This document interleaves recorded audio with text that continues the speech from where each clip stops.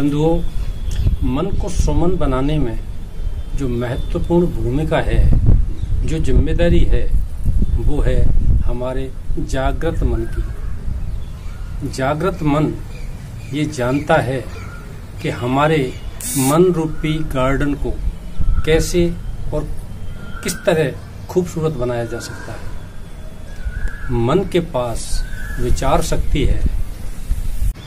मन विचारों का उत्पादन करता है। मन में जो विचार आते हैं वो उसको सही या गलत ठहरा सकता है। मन के अंदर ये पावर है कि वो जो भी विचार होते हैं वो कौन सा हमारे हित में होगा और कौन सा अहित में होगा, ये निर्णय कर सकता है।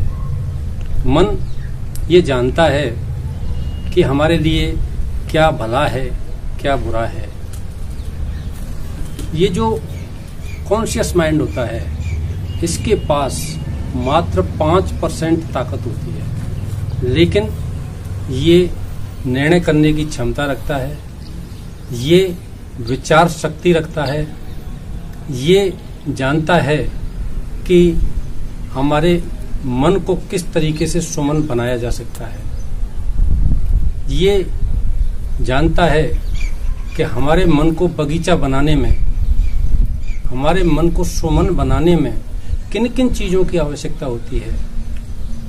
मन को एक सुंदर गार्डन बनाना है तो उसमें क्या क्या चीजें चाहिए, किस तरीके से उस जमीन को तैयार करना है, कितना उसमें खाद और पानी देना है, कौन कौन से फूलदार पौधे उसमें रोपित करने हैं, कौन कौन से छायादार वृक्ष लगाने हैं, कौन कौन से फलदार वृक्ष लगाने हैं, कैसी घास लगानी है, किस तरीके से लैंडस्केपिंग बनानी है, किस तरीके से उसको सजाना है, किस तरीके से उसको खूबसूरत बनाया जा सकता है।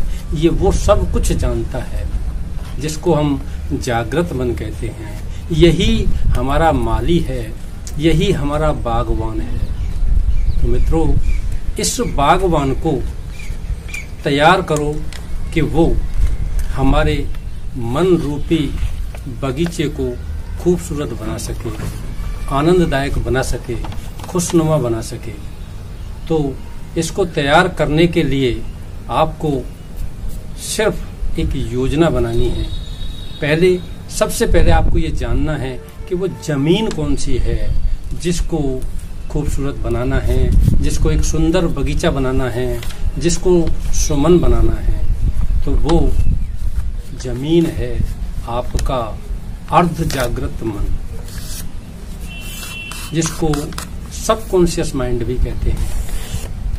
परम पिता परमात्मा ने ये जमीन और माली हर इंसान को दिए हैं।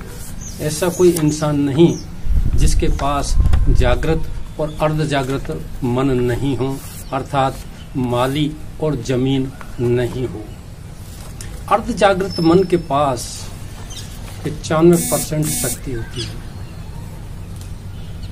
वो सिर्फ ये जानता है कि किस चीज को कैसे उगाया जाता है।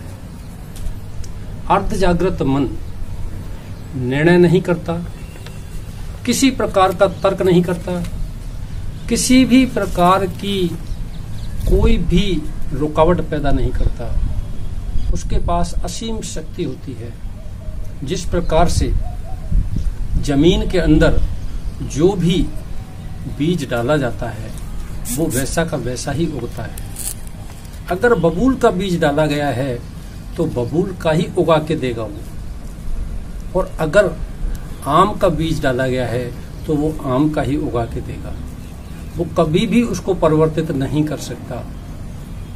इसी प्रकार हमारे अर्ध जागृत मन रूपी जो भूमि है, उसके अंदर भी हम विचारों के जैसे बीज डालते हैं वो वैसे ही उगा करके देता है। इसके पास असीम शक्ति होती है। ये जानता है कि जो भी विचारों रूपी बीज आपने बोए हैं, या आप जीवन में जो भी पाना चाहते हैं, या आप जो कुछ भी इसके अंदर बो रहे हैं वो सिर्फ उसको उगाने का काम करता है। आपने अगर सुख के बीज बोए हैं तो ये सुख पैदा करेगा। आपने अगर दुख रूपी विचारों के बीज बोए हैं तो ये दुख पैदा करेगा। ये कभी भी तर्क नहीं करता है।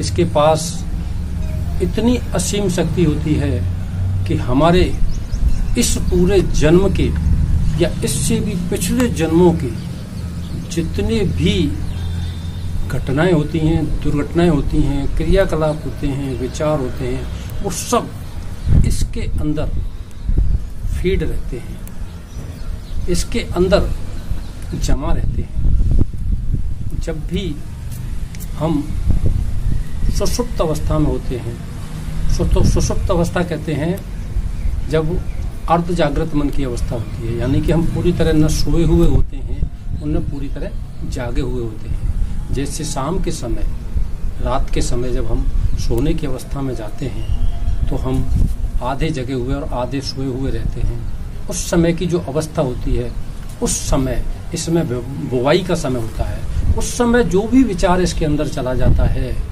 ये फिर अपनी पूरी ताकत लगा देता है उस विचार को या उस समस्या को समाधान करने में।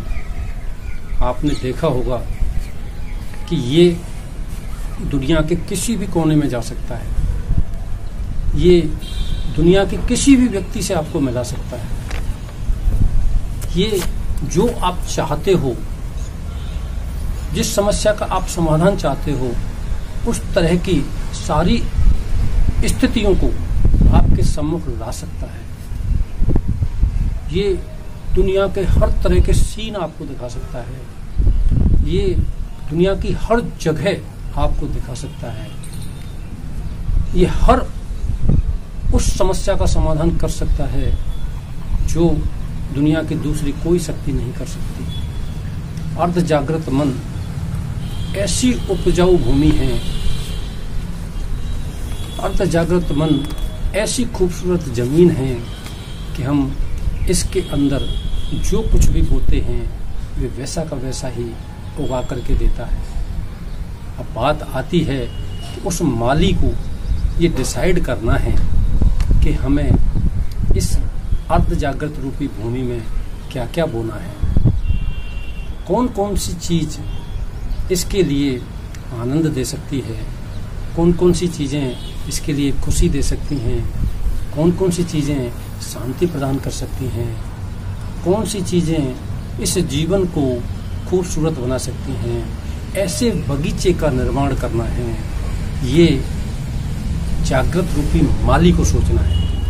जागृत रूपी माली इन सारी चीजों को जानता है कि वो उसके अंदर क्या हो। अब ये डिसाइड करने का काम हमारा है कि हम अपने बगीचे को कितना खूबसूरत बनाना चाहते हैं। अब हमें ये तो पता लग गया कि एक बगीचा तो होता है जिसके अंदर खुशियां ही खुशियां होती हैं, सुंदर विचारों के बीज बोए हुए होते हैं, सुंदर विचारों के बीजों से सुंदर ही पौधे उत्पन्न होते हैं। अब ये अर्ध जागृत मन करता क्या है? इसके 3 कार्य होते हैं। पहला, बीज को स्वीकार करना। जिस प्रकार एक जमीन के अंदर बीज गाड़ा जाता है तो वो जमीन उस बीज को स्वीकार करती है। स्वीकार करने के बाद दूसरा काम होता है उसको अंकुरित करना। जब जमीन के अंदर बीज चला जाता है तो वो अपनी सारी शक्ति उसको अंकुरित करने में लगा देती है और उसको अंकुरित कर बाहर भेज देती है। और तीसरा, उसका पोषण करना और फल देना। जब वो अंकुरित होकर के बाहर निकलता है तो वो उसके पोषण में अपनी सारी शक्ति लगा देती है और फिर वो फल देने लगता है। इसी प्रकार हमारे सबकॉन्शियस माइंड यानी अर्ध जागृत मन में हम जिस तरह का बीज बोते हैं वो उसे तुरंत स्वीकार कर लेता है।